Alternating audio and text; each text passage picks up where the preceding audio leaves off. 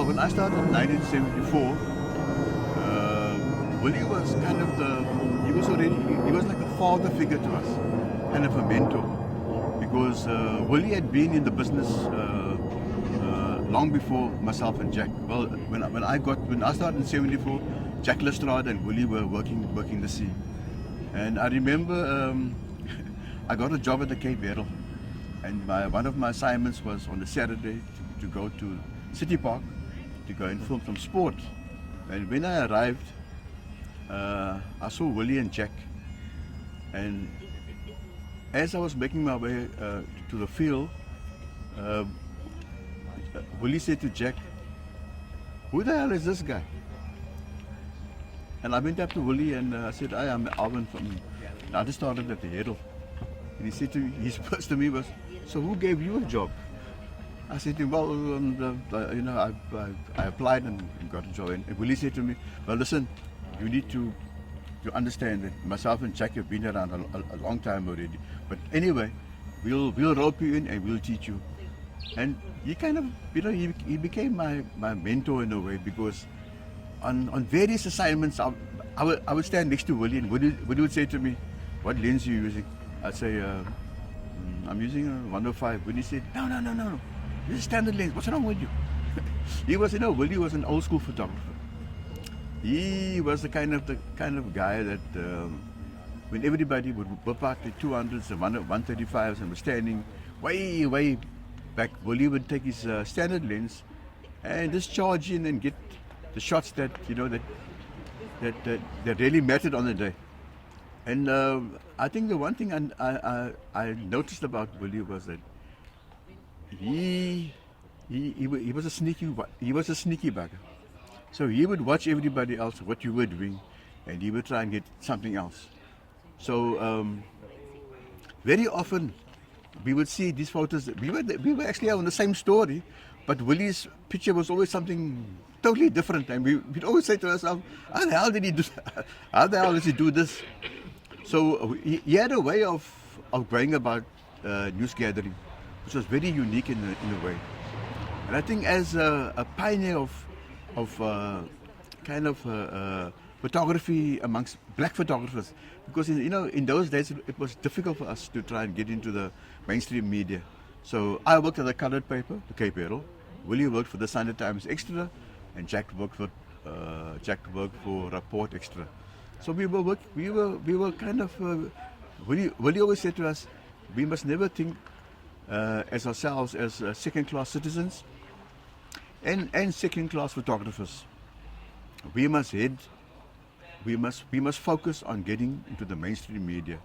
And I said, "Willie, how do we do this?" He said, "Don't worry, guys. One of these days we'll be working for the main newspapers in Cape Town."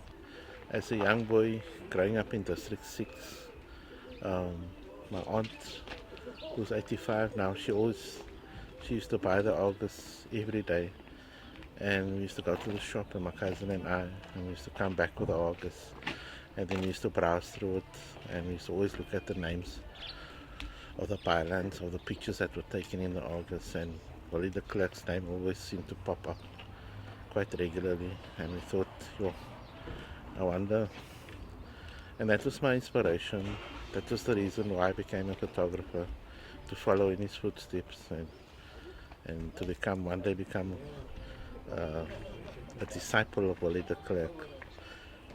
He was my hero. He was my photographic hero, and I think his legacies will live on, and it's a pity he hasn't been recognized for his contribution to photography, and he leaves behind a great legacy, and one that we should follow.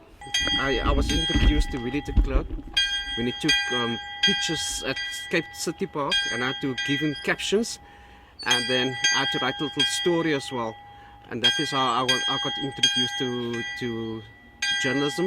Willie was working for the Sunday Times Extra, and that is how Willie and I became friends. He was a warm person, engaging person. When I moved to the Radio Good Hope, I then encountered Willie during the unrest, shooting film there and covering all the drama and the apartheid and the tear gas and the fighting. I was there at the Trojan Horse, and that's where I saw Willie's work in action.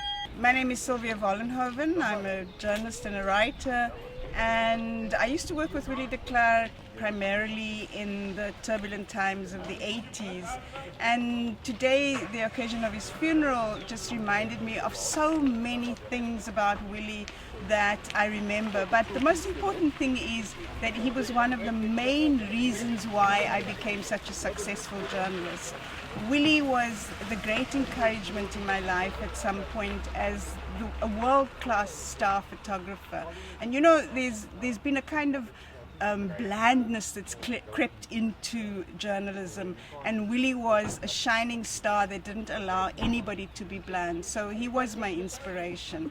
And when somebody at his funeral today talked about the angle from which we look at life, I remember this one story that we were covering people being thrown out of squatter camps in the middle of winter in Crossroads, and he got the most unusual picture of the police from a very unusual angle. And when I asked him, how did you get that? He said, you know what, it cost me a lot of money, that picture.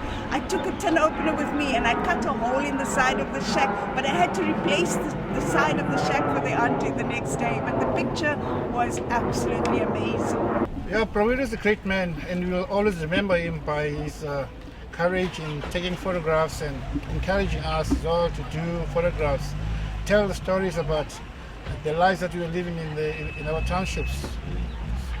He was always encouraging and energetic and wanted to see us all the time with camera, taking pictures. And he's never failed us, he's never failed himself. And he always a person that speaks about photographs. And until today, when we learn to rest today, we will always remember him about that. And I just feel that the time is going by, and that we are left with very few of these legends now. Something should be done, and done soon, because the history of our heritage is actually with them. They're the ones who actually tells the story better than anyone else, and we should capture that and write it in books for the future, for the youngsters, for our children.